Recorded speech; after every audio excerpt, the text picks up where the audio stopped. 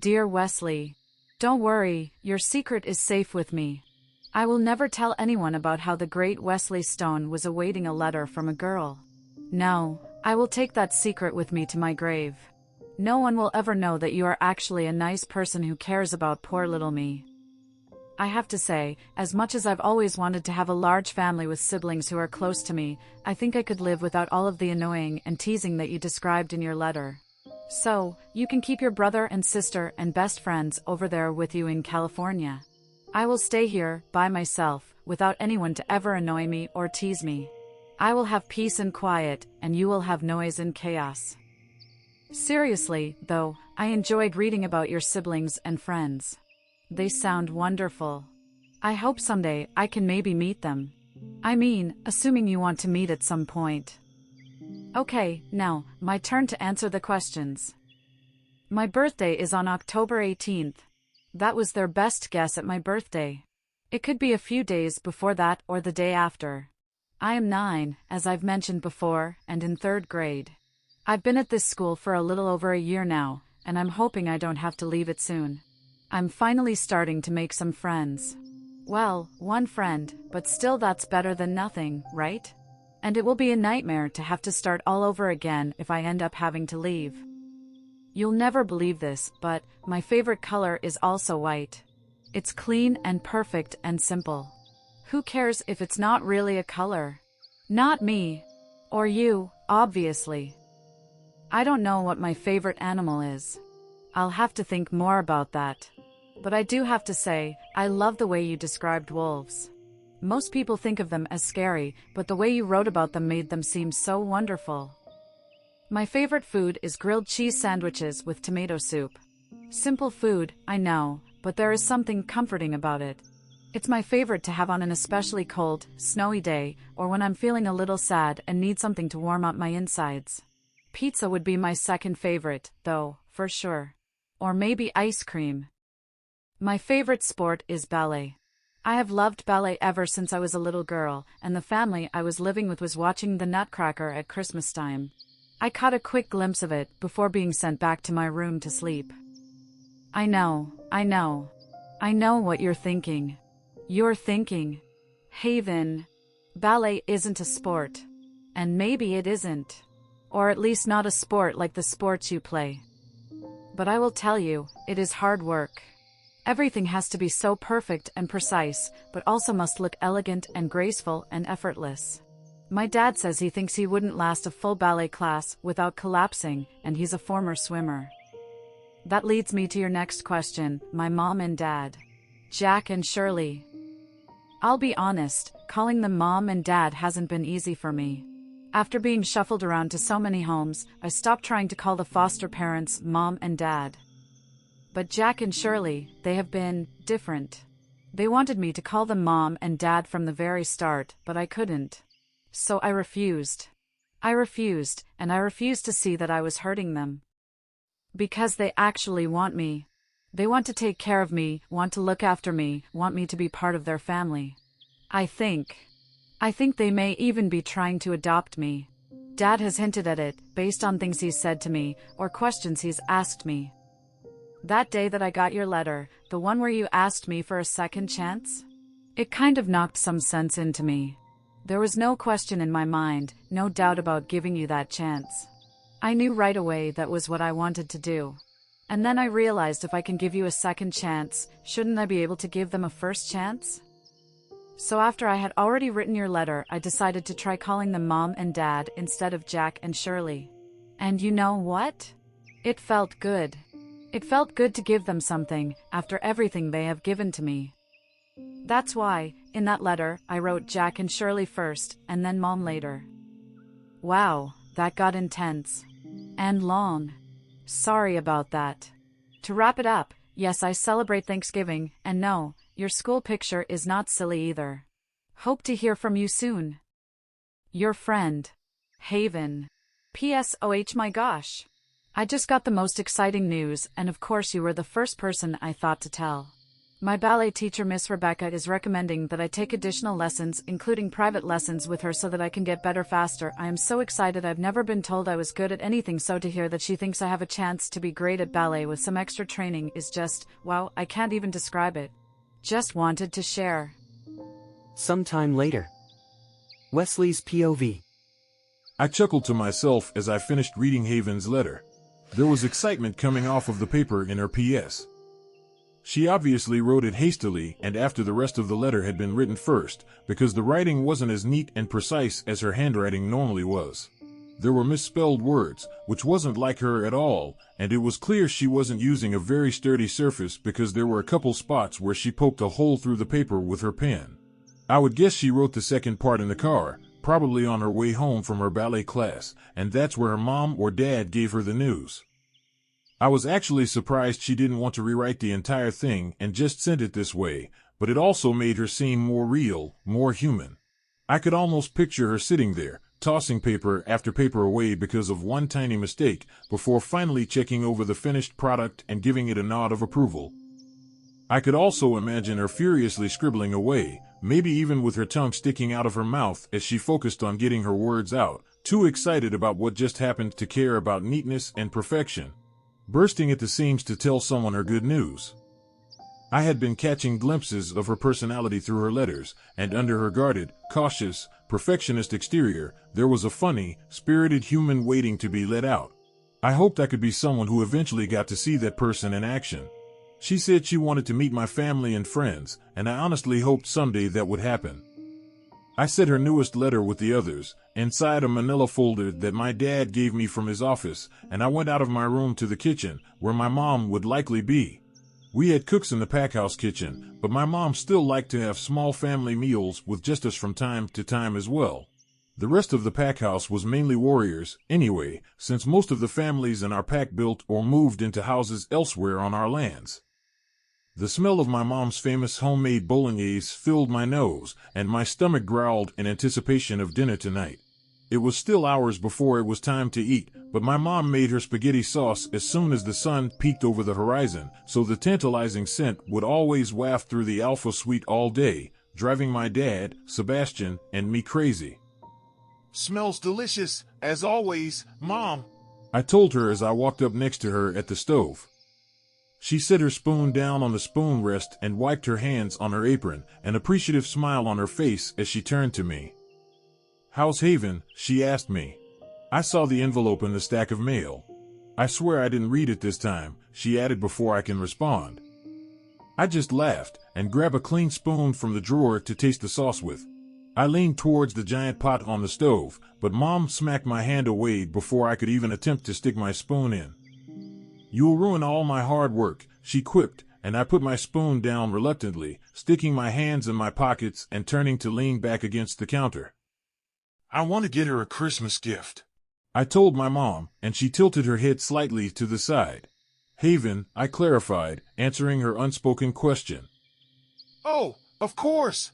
She clapped her hands together and began removing her apron. "Now, we need to hurry before the best shop in town closes."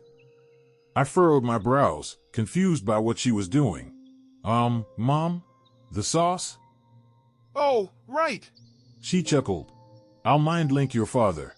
She rushed out of the kitchen towards the entry, and I stood there, still confused. Wesley Stone. We are wasting precious time.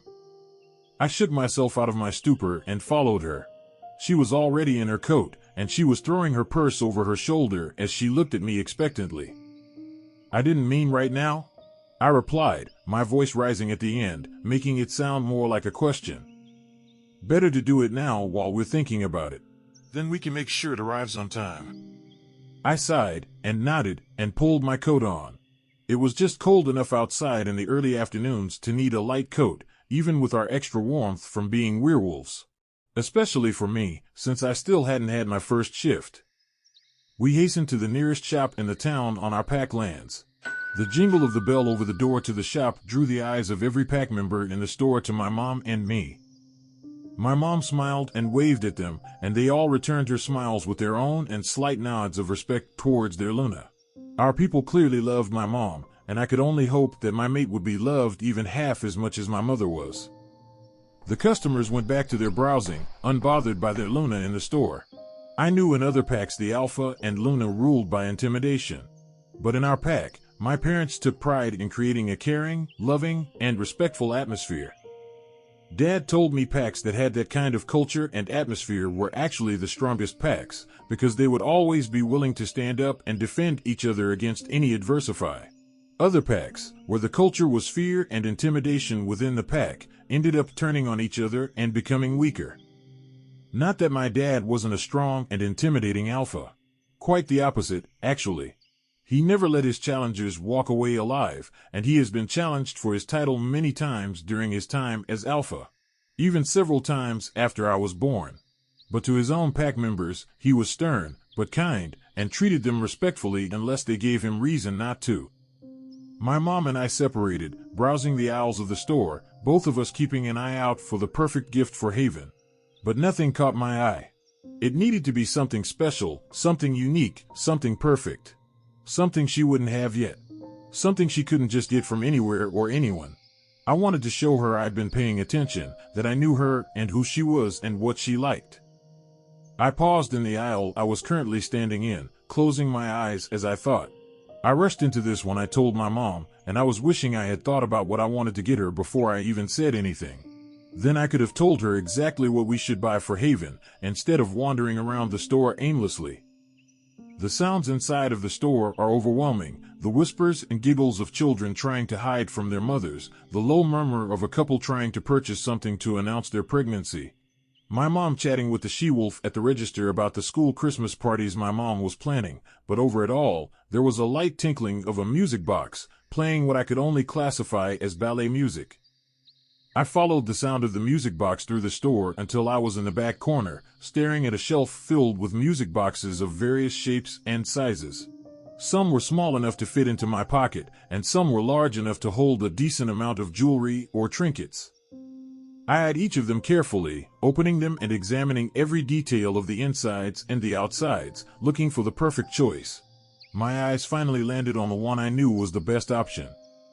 As I reached for it, my mom came up next to me, and I glanced at her for approval as I took the music box off the shelf. She only smiled at me, but I knew what I had chosen was the right gift. But there was still something else I wanted to do for Haven, something I couldn't do without my mother's help. "There's one other thing I want to give her," I said. But I need your help.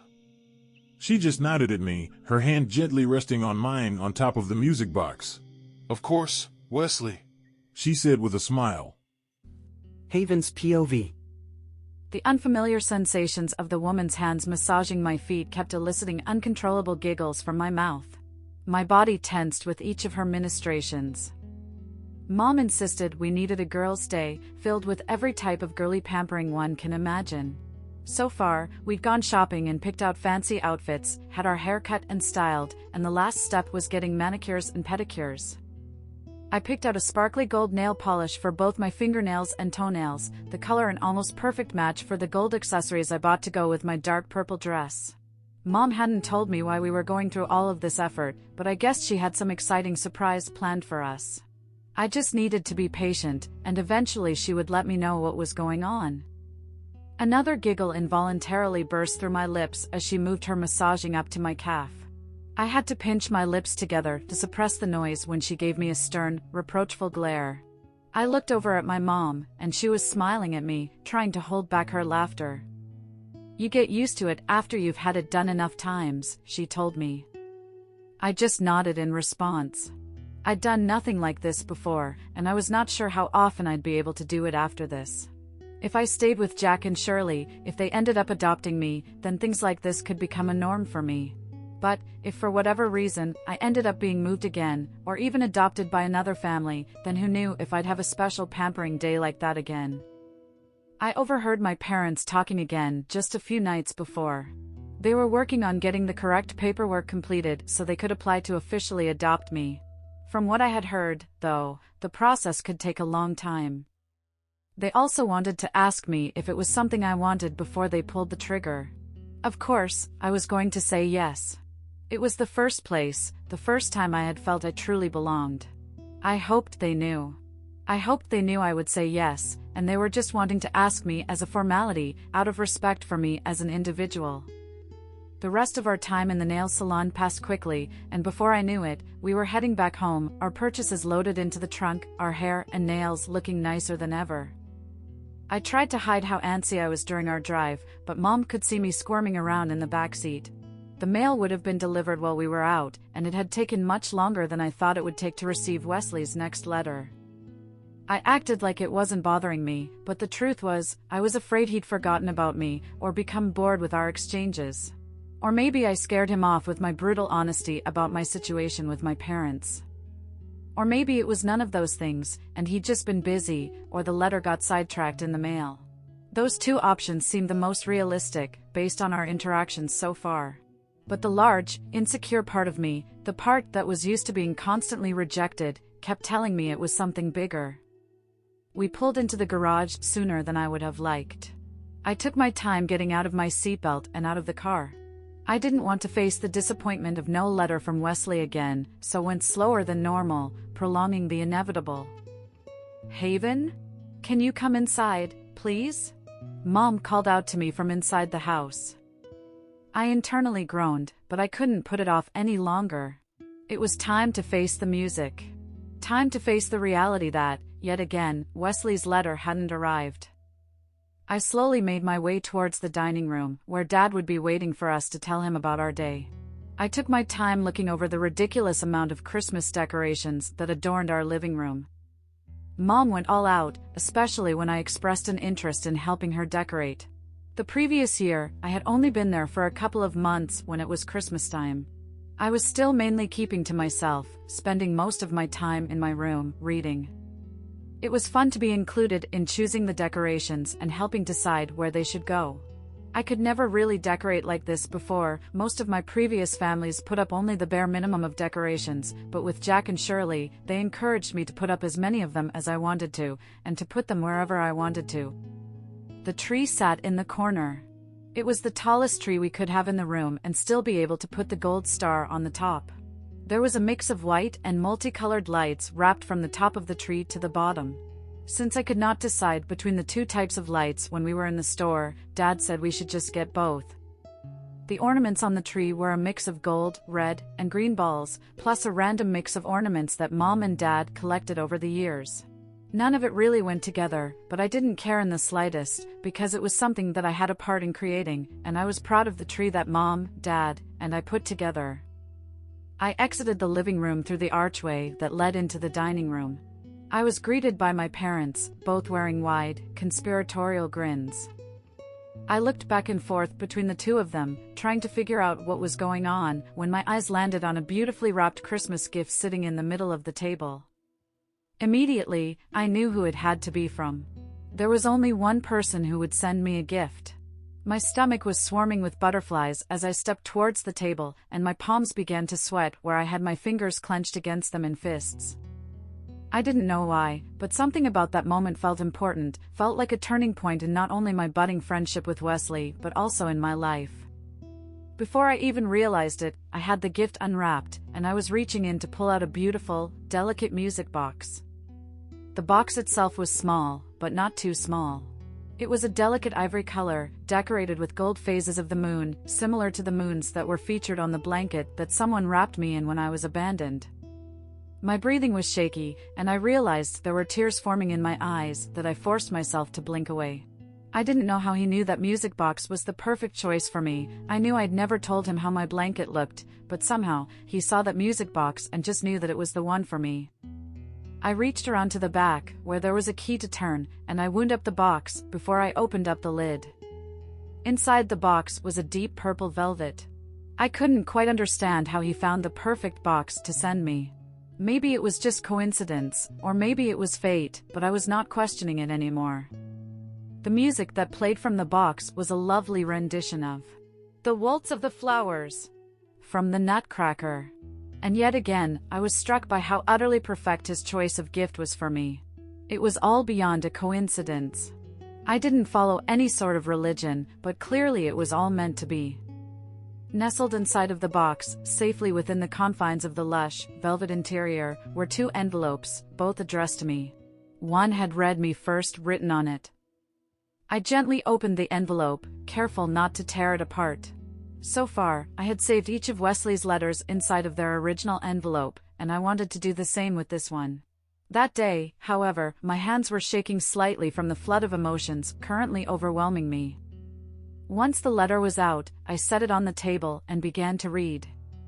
Dear Haven, by now, you have obviously opened your Christmas gift. I know we never discussed the holidays or talked about whether we would send gifts to each other, but honestly, I felt I needed to do this for you. I knew you would likely say no to any sort of gift because you're selfless like that, but I had to get you something. I had to make up for my behavior from before. I know, you said you forgive me, and maybe that's true, but I just needed to show that I really am serious about being your friend. When I heard the music from the music boxes in the gift shop in our town, I knew immediately that was what I wanted to get you. And when I saw this music box, I realized it was the perfect choice for you. I don't know why or how I knew that. I can't explain it, but something inside of me just knew that you would love this one the most. Now, before you open the other envelope, I need to explain myself. This music box is only part of your gift. The other part, well, you'll see when you open it. I had help with the second part, from my parents, our teachers, and your parents, too. When I read your most recent letter, and saw how much dance and ballet meant to you, I explained my idea to my mom, and she contacted my teacher, who contacted your teacher, who then contacted your parents, who finally got in touch with my parents. Complicated and sort of a circle of he said she said, but, hey. What can I say? It worked. One last thing, before you open the other envelope. You have to promise me you won't be mad at me, or try to return the gift or pay me back, because you think it is too much money to be spent on you. I may not have ever met you in person, but I feel like I already know how you will react to a gift like this, and I want you to just forget about it, alright? The only thing I ask in return is that you continue to be my friend. Because you are worth it. Our friendship is worth it. All right. With that being said, you are now allowed to open the other envelope. I hope you enjoy your gift. Merry Christmas, Haven. Your friend, Wes. I set the letter aside. My heart raced in anticipation of what I would find in the other envelope. He said it was the other part of my Christmas gift, but I couldn't imagine what it might be, what he could have given me that would fit inside of an envelope. The only thing I could think of was money, and I just couldn't imagine that was what he sent. Again, I carefully peeled open the envelope, making sure to not rip the paper. Inside were 3 tickets. 3 tickets to a professional production of The Nutcracker, right there in Denver, for that evening. The tickets fell to the table as my trembling hands came up to cover my gaping mouth. I looked at my parents, my eyes wide. I wanted to say something to them, but there were no words I could use to express myself at that moment. It couldn't be real. There was no way that it was actually happening. I pinched my leg as hard as I could, and it hurt, so I knew I wasn't dreaming. Still, I couldn't imagine my mom would ever let his family spend that much money on a Christmas gift for me. Not when we didn't actually know each other, when we'd only ever written letters to each other, and only for a few months at that. This is too much, I whispered out, my voice heavy with raw emotion. I cannot possibly accept this from Wesley and his family.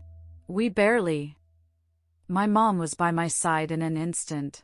Her arms enveloped me in a hug as she wiped tears from my face that I didn't even realize were falling. SHH, sweetie, there's no reason to cry. I spoke with his mother for a long while on the phone, and she told me about how Wesley has become a completely different young man since the two of you started writing, how he is happier, and kinder, and more mature in everything he does. They are so thankful, Wesley and his parents, that you gave him a chance to be your friend. And some people show their affection and appreciation by giving gifts. I nodded, even though I didn't quite understand what she meant, and wrapped my arms around her as she hugged me.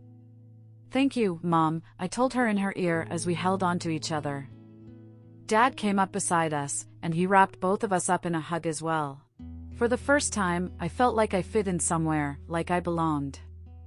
We stayed like that, embracing each other for a long moment. Then Mom pulled back, her eyes sparkling.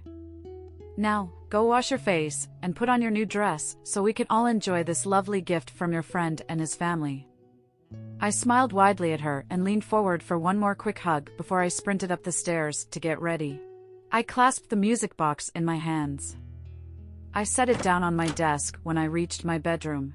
My eye caught on the picture of Wesley I pinned onto my new bulletin board Dad mounted on my wall. His family said I had changed him since we met, but the truth was, he had changed me. He helped me be more open to receiving love, and without him in my life, I would still be the same closed-off and wary child that I had always been. I took a deep breath, and I smiled at his photo, saying, "Thank you, Wesley, for everything." Haven's POV. It had been several months since the wonderful evening I spent at the ballet with Mom and Dad. I still couldn't stop thinking about the magical experience. I could still picture the beautifully detailed costumes, still hear the wonderfully elegant sounds of the full orchestra, and still feel the butterflies swarming in my stomach. I could still feel the tears of joy flooding my eyes as I sat on the edge of my seat the entire night, watching the pristine and exquisite dancers on the stage of the darkened theater. I even remembered a decent amount of the choreography. Well, that might be due in part to the fact that Mom purchased a video of the performance and I watched it at least once a week since. Dad even suggested we turn one of the empty bedrooms into a ballet room for me. He said it so he didn't have to listen to classical music constantly, but really it was because he wanted me to have a safe place to practice. I had learned almost every routine for every role, but my favorite was the Dewdrop Fairy in Waltz of the Flowers. I wasn't sure if it was because that was the music from Wesley's gift, or if it was because of the exquisite and intricate choreography. But it was the dance that I did most often, weaving around the furniture in my bedroom or the living room or the kitchen as I tried to remember the steps and imitate the ballerinas from the show. It was this piece that I was dancing along with when my bedroom door opened and my mom and dad came in with nervous smiles on their faces. I paused my music and turned to face them, my hands on my hips as I caught my breath. "Can you come downstairs, please?" Mom asked, her hands wringing in front of her stomach. "It's time for dinner." I nodded and followed them out of my room and down the stairs. My ponytail swayed behind me as I took each step with a little hop. When we reached the landing, they turned towards the dining room. Through the doorway, I could see Scott and Tiffany, their two adult children, standing near the table, whispering together. "Hey, kiddo!"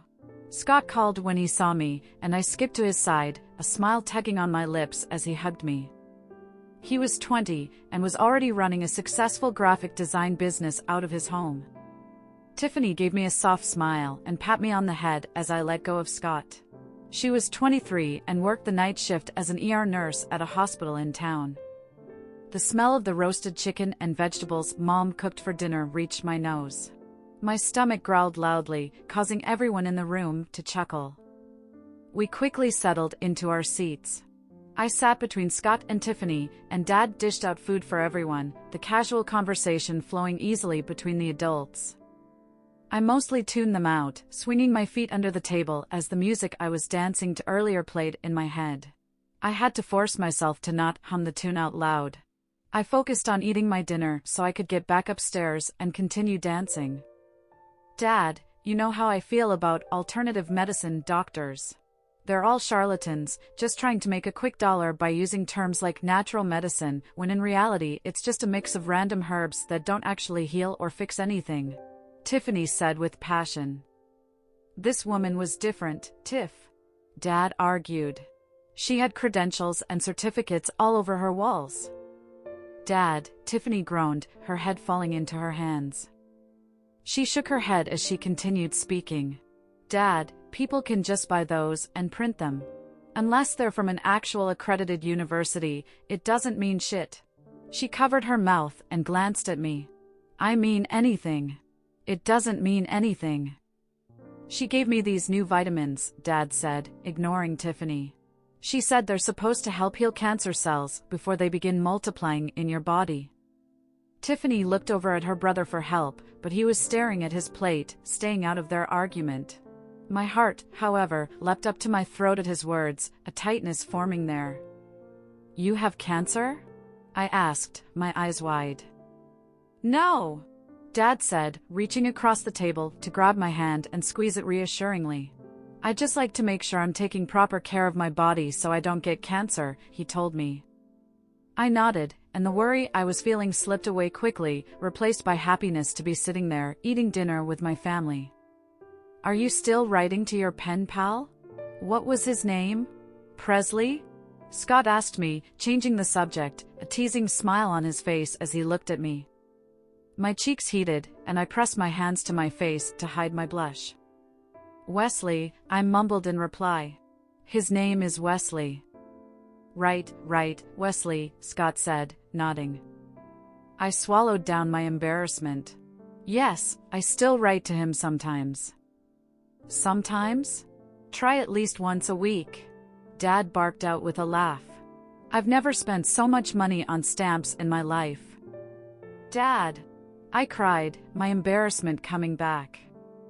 I buried my face in my hands, my blush spreading to the tips of my ears.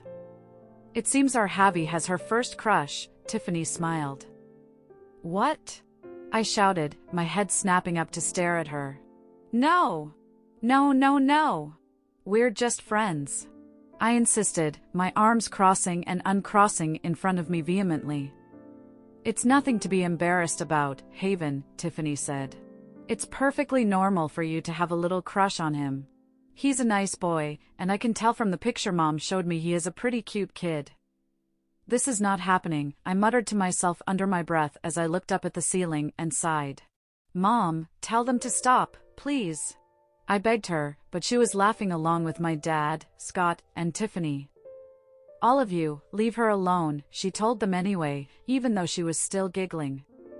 "Sorry, Javi," Scott said, ruffling my hair with his hand. "We're just teasing. And you're so cute when you blush." I shoved his hand off of my head with a groan. "I remember I had a crush on Stevie Bernard when I was in 4th grade, Tiffany said as she cut a bite of her chicken. "He was my first boyfriend," she added with a sigh.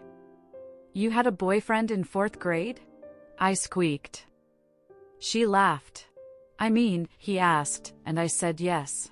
"We wrote notes, and brought each other gifts on holidays, and then we broke up when he moved to another school." "No boyfriends for you," Dad said, pointing at me with his fork. "Not until you can drive."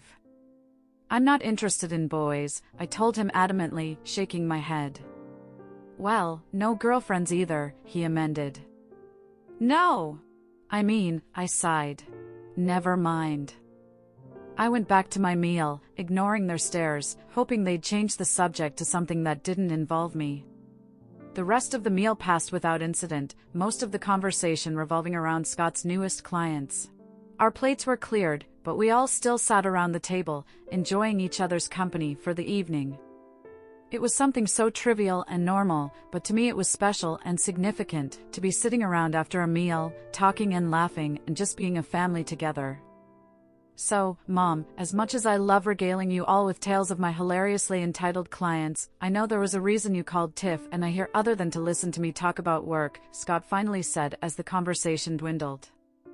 Mom and Dad exchanged a glance, then Dad nodded and left his seat to go into the kitchen. Tiffany glanced knowingly at me, and Scott took a drink from his water to hide his smile. "Haven," Mom began, and I turned to look at her, shoving my shaking hands under the table to hide them. "Haven, this probably won't come as a surprise to you, but we have something we'd like to ask you." My heart pounded in my chest, knocking against my ribs with a force I'd never felt before. Butterflies swarmed around my stomach wildly, and my throat tightened as if being squeezed by a vice. I had been waiting for them to ask for months now, but even knowing that it might happen didn't prepare me for how I would feel when it actually happened. Dad came back into the dining room just then, holding a cake box, a hopeful smile on his face. "We already think of you as part of our family, but we wanted to ask you." He set the box down in front of me, and in purple writing on top of the white frosting, they spelled the question. "Will you officially be our daughter?" I stared at the cake, unable to do anything else. My hands still shook under the table, and the butterflies still flew around my insides. My heart threatened to burst through my chest, and my throat clenched, rendering me completely speechless. I tried to swallow, but the action felt foreign to me. I closed my eyes and counted to 10, taking long, slow, deep breaths before I opened my eyes again to glance at the cautiously hopeful faces of my family. My family. They were already that, had been that for me for longer than I'd truly realized, but they wanted to make it official. The tears streamed down my face, but I didn't bother with trying to hide them. I was too happy, too excited, too overjoyed to care. I nodded at them, finally choking out words. I want that. I want that so badly. I wasn't sure if they could understand my words, because my voice was so emotional. But my nod seemed to be enough, because they all began to cheer and clap in excitement. Tiffany pulled me out of my chair and spun me around in a hug. "I'm so excited to finally have a little sister," she exclaimed, and I giggled even with my tears still streaming down my face. They passed me around to each other, each of them hugging me tightly, all of us laughing and crying tears of happiness. I'd never felt so loved and accepted as I did at that moment. Even all the moments combined over the previous year and a half couldn't compare. "Jack! The cider! You forgot to grab the sparkling cider!" Mom yelled out over the commotion, and Dad smacked his forehead before heading back into the kitchen to grab the cider. "Where are the champagne flutes?" Dad called from the kitchen as he rummaged around the cabinets, moving dishes and pots and pans and Tupperware around as he looked for the fancy glasses. "They're in the same cabinet they were in the last time you asked me." Mom chuckled as she rolled her eyes at the three of us. "I swear, your father has lived here with me for over 20 years, and he still can't remember where anything is." The sound of glass shattering and a body hitting the floor had our laughter coming to an immediate stop. "Jack?" Mom called out to him, her voice tight with worry. Her tense body walked towards the doorway to the kitchen and froze momentarily in the entrance. "Jack," she cried out, disappearing through the opening. Time slowed down. Tiffany ran after Mom, her eyes wide with fear. I tried to run after her, but Scott grabbed me around the middle, pulling me back towards his body so I couldn't leave the room. I fought against Scott, trying to get to the kitchen, to get to my dad so I could see him and make sure he was all right. But his hold on me was tight, keeping me in place while also trying to comfort me. His mouth was moving as he talked to me, his other hand brushing through my hair as he hugged me against his chest, but all I could hear were the sounds coming from the kitchen. Mom's sobs echoed through the house, mixing in with Tiffany's gasp of surprise and then her calm words as she tried to soothe Mom. "Scott!" Tiffany shouted, her voice clear but shaking. "Call an ambulance!" He moved his hand from my hair to grab his phone out of his pocket, and I took that opportunity to wiggle out of his slightly loosening grasp, since his focus was now on the phone call he needed to make. He yelled, "Haven, no," but I was already around the table and through the doorway before he could get his hands back on me. He cursed under his breath from behind me and followed me.